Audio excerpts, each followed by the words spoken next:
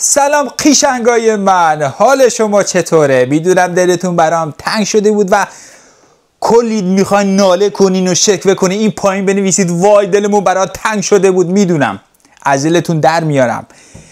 بالاخره منم یه تاکتیکای ناشناخته‌ای دارم. بریم سراغ بازسازی خونه تابستونی که من پارسال خریدم. از پارسال تا امسال 7-8 ماهی که گذشته من منتظر بودم که هوا خوب بشه و بتونم یه کارای خوشگلی روی خونه انجام بدم.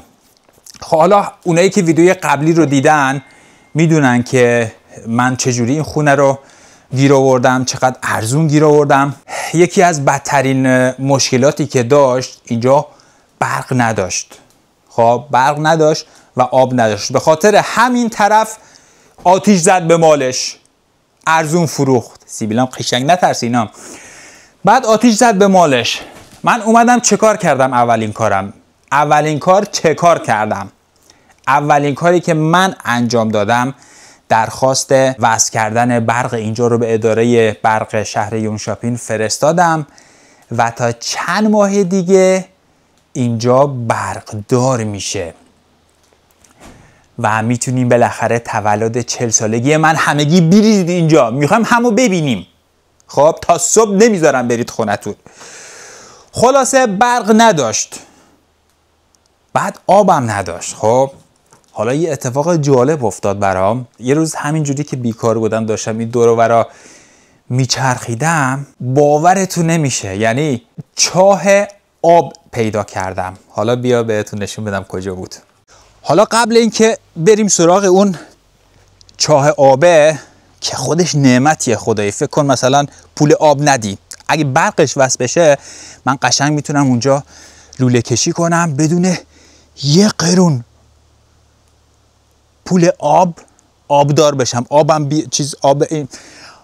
قبل اینکه بریم سراغ اون پایینیه نشونتون بدم، میخوام بهتون نشون بدم که امروز چه کار میخوام بکنم.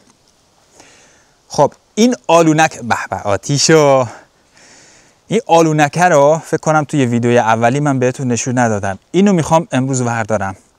اگه به قول سوئدیا کلاره کنم یا از پسش بر بیام. گفتم که مال پیرزن پیرمرد بود، می اومدن اینجا نون درست میکردن. بعد اینجا نون درست میکردن، من یه ذره چوب بوم سوزوندم، کلی وسیله هست اینجا. اینو میخوام کلا ورش دارم چون غیر اصولی ساخته شده و این چیزش هم افتاده، این چی میگن، درش هم افتاده. بعد این اولین کاریه که میخوام بکنم. خب اینجا هم قشنگ کردم، نگاه اینو رنگ کردم قشنگه.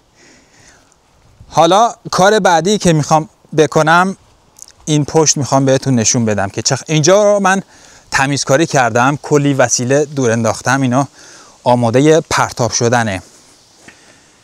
ببینید من اینجا رو میخوام رنگ بزنم. خب اینجا رو میخوام رنگ بزنم، ولی قبل اینکه رنگ بزنم اینجا احتیاج به شستشو داره. مگل نمیدونم به فارسی چی میشه. اینجا رو باید با دارو بشوریم، یعنی بشورم اینجا رو که وقتی رنگ زدم دوباره پف نکنه بیاد بیرون. بعد فقط پشتش هم داره با یه ذره این گوشه. بعد حالا تغییرایی که اینجا دادم اینجا رو داشته باشید، این گوشه را اگه یادتون باشه. الان عکسش هم احتمالاً میذارم اون پایین. قبلا چجوری بود؟ همه اونا رو کندم. اون چی میگن، یه دونه مخزن آب بود که آب کثیف میومد توش و غیر قابل استفاده بود و حاجیتون درش آورد و کند. خب میخوام رنگش بزنم، یه رنگ خوشگل بزنم. اینجا رو وردارم، خیلی قشنگ میشه. حالا چرا میخوام رنگ بزنم؟ چون اگه اینجا رو دقت کنید چند جوره، مثلا اینجا آبیه، بعد اینجا توسیه، بعد داخل میلی قرمزه و خلاصه رنگای متفاوتی. حالا بریم سراغ اون چاه آبه که خودم کشفش کردم. میخوام اومدین اینجا بهتون آب بدم، از تشنگی نمیرین خونتون بیفته گردنم. تولد 40 سالگیمو اینجا میخوام بگیرم. خب دقیقا میشه 600 700 روز دیگه. نمیگم 2 سال که 2 سال کم نشون میده، یعنی بالاتر سنمو بالاتر نشون میده. میگم 300 700 800 روز، یعنی خیلی مونده تا 40 سالگیم. بعد حالا این مسیرشه. خب ببین این اونجا خونه است. خب اینجا که بیای پایین چاه آب رو من پیدا کردم. به اونجا سیم کشیدن، مال همسایه است اونها. یه نکته جالبی که من راجع به این چاه آب بگم اینه که من روز اولی که پیداش کردم خیلی متعجب نشدم. خب یه لحظه صبر کن. خب اینه، خیلی متعجب نشدم. چرا؟ چون من آدمی نیستم که الکی متعجب بشم. من دیر بابا چرت نگو دیگه برو. خلاصه من یه آزمایشگاه رو پیدا کردم توی استکهلم، باشون تماس گرفتم، گفتم اینجوری یه چاه آب دارم من پیدا کردم، نمیدونم آشامیدنی هست یا نه. بعد صاحب قبلیش باش تماس گرفتم، گفت من اصلا ندیدم ولی خودم پیداش کردم، من کاشفم. خلاصه یه کیت برام فرستادن اون آزمایشگاه، من پر کردم، بعد فرستادن برای آزمایشگاه و نتیجهش جالب بود. از آب آشامیدنی که ما توی خونه هامون میخوریم توی سوئد تمیزتره. خیلی برام عجیب بود. یعنی این آب که الان 7 10 احتمالاً 10 12 ساله که بدون استفاده مونده، از آب آشامیدنی که توی خونه‌مون توی سوئد میخوریم تمیزتره. پس اینجوری فکر کردم که برقو اول میکشم. بعد برقو که کشیدم، یه دوستی دارم لوله کشه، اسمش جانیه، اون میاد برام لوله کشی میکنه، انجام میده، کارا در میاره و با این حساب آب رایگان داریم دیگه. فقط پول برق میدیم، بعد یه کنتور برقی اینجا داخل نصب میشه، بعد آبو میکشه بالا دیگه. آب رایگان دیگه چه شود. بذار من این در ببندم. اوه خدایی سن به نزدیکای 40 میرسه دیگه. عدده بگیر نمیتونی خدایی. اوه خلاصه این نگاه آتیشم هم نگاه کنید. به به به به. خلاصه راجع به پروسه برقش هم اینجوریه که و هزینه هاش شاید براتون جالب باشه یا بخواید مقایسه کنید اینا.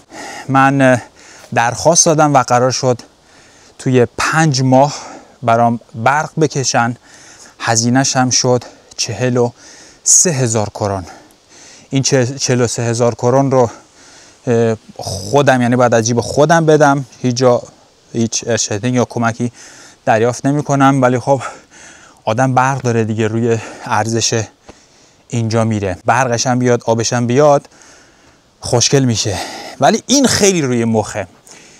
پس حاضر باشید که اول اینو، نه اول این سخته، اول میرم اون دیواراشو شستشو میدم که یه ذره راحت تره، که اگه خسته شدم دیگه برم خونمون.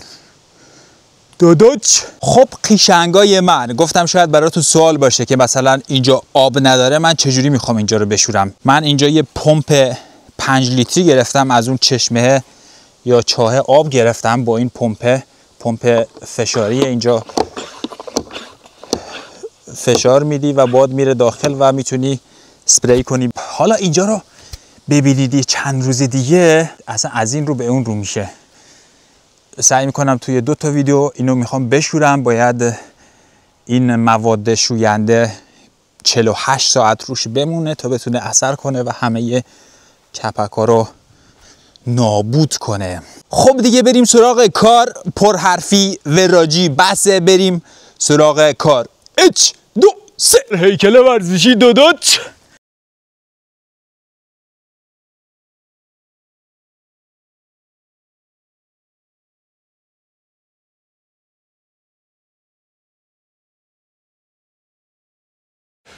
خب داداچ، ولی خدایی شوینده خیلی قویه. یعنی هم از چوب محافظت میکنه و هم تمیزش میکنه. اینجا رو داشته باشید. اون تیکه رو نشونتون دادم، الان بیا برگردونم. اینجوری شد، نگاه اینجوری میشه همش خوشگل. اصلا به رنگ احتیاج نداره، ولی خب من رنگ گرفتم براش، اینجوری شد. اینه اگه خواستید بگیرید برای محافظت از چوبا رو خوشگل محافظت میکنه. کپک نبود، خیلی خوشگل شد چوبش. نگاه اینجا همون جایی بود که کلی کپک بود، تازه این آب نکشیدم. نگاه این یه ذره آب اومده پایین، خیلی تمیز میشه. خب حالا سعی میکنم یه ساعتی بمونه برای محض احتیاط، یه ساعتی بمونه، بعد دوباره بیام بشورمش. ولی یه فکری به سرم زد کل اینجا رو با این مواده بشورم، ضرر نداره، خیلی تمیز میکنه، یعنی باعث میشه رنگ خوشگل‌تر بشینه، مثل شما، خوشگل مثل شما بشینه. خب برم یه استراحت کوچولویی بکنم، یه ذره شیره خب قشنگای من، تو این مدتی که شما نبودید من رفتم یه دونه چای نبات زدم و یه ذره انرژی گرفتم. ببینید میخوام اینجا رو بهتر کنم براتون. نه الان ساعت 19:58. خب 19:58 تا من بخوام برم اونجا شروع کنم میشه ساعت 8. اینجا توی سوئد هنوز هوا روشنه. بعد بریم توی کارش دیگه.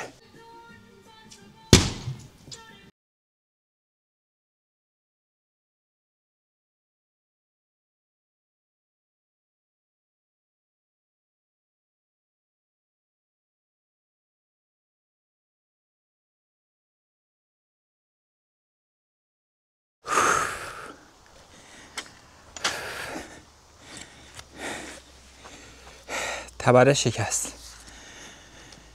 آی خدا. ساعت 8:20 است. من 20 دقیقه اینجا کار کردم و تبره شکست. ببین این زور چیکار میکنه. زور که زور نیست. ولی من از این پرروترم. فردا میام با یه تبر چی که بتونه تحمل کنه این ضرباتو. توجه می‌نمایین؟ فکر کنم کارمون برای امروز دیگه تمومه، چون از اینجا تا شهر خیلی دوره و ساعت هم 8:20 است. همه جا بسته است. خب دوستای خوبم بالاخره پیش میاد دیگه، ولی خیلی حالم گرفته شد، چون من معمولا سالی یه بار اینجوری کاری میشم. اینم امروز بود که تبره شکست. امیدوارم تبرای شما نشکنه، تبراتون سالم باشه. سلام علیکم قیشنگای من. باز صبح شد و دیدین که من کم نیاوردم. اومدم بیلتمای دیلم گرفتم، بعد یه دونه پتکی گرفتم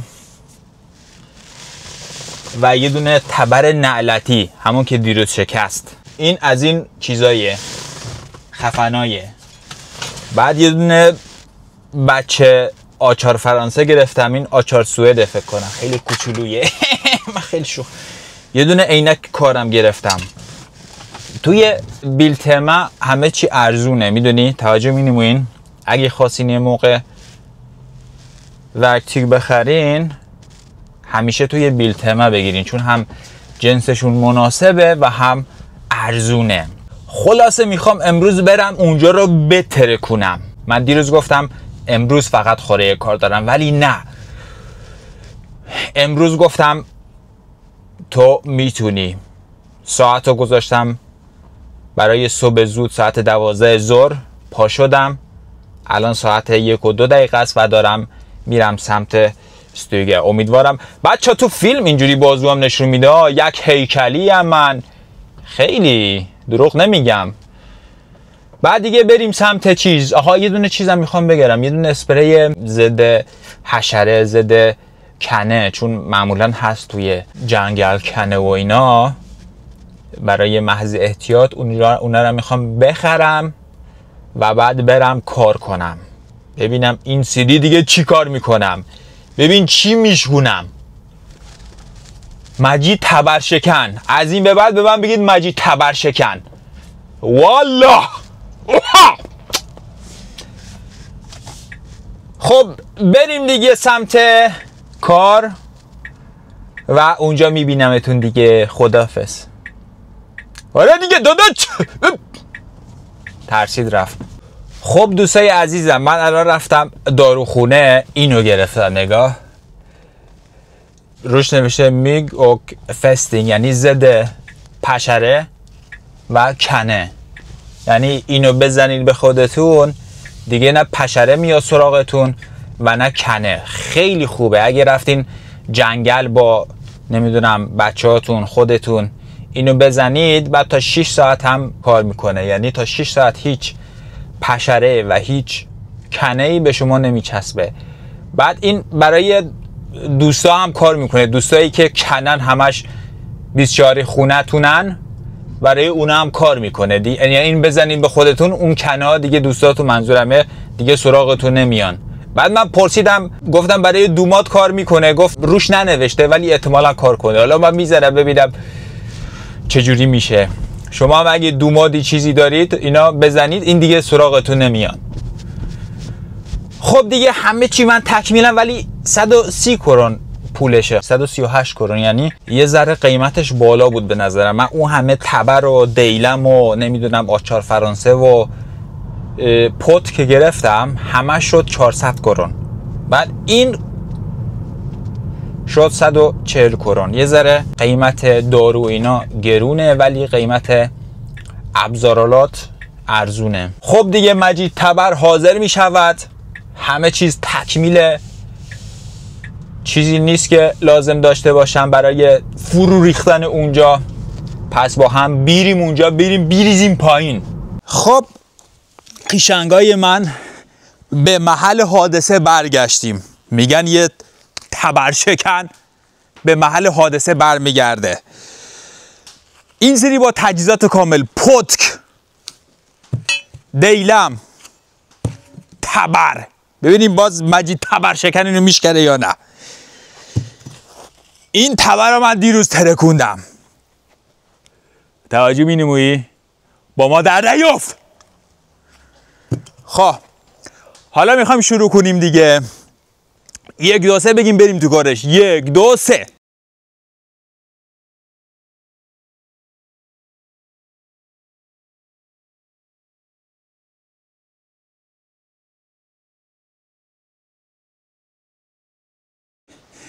خب قشنگای من کارم تموم شد، باتریم تموم شده بود، نتونستم فیلم بگیرم، ولی اینجا رو داداش ترکونده.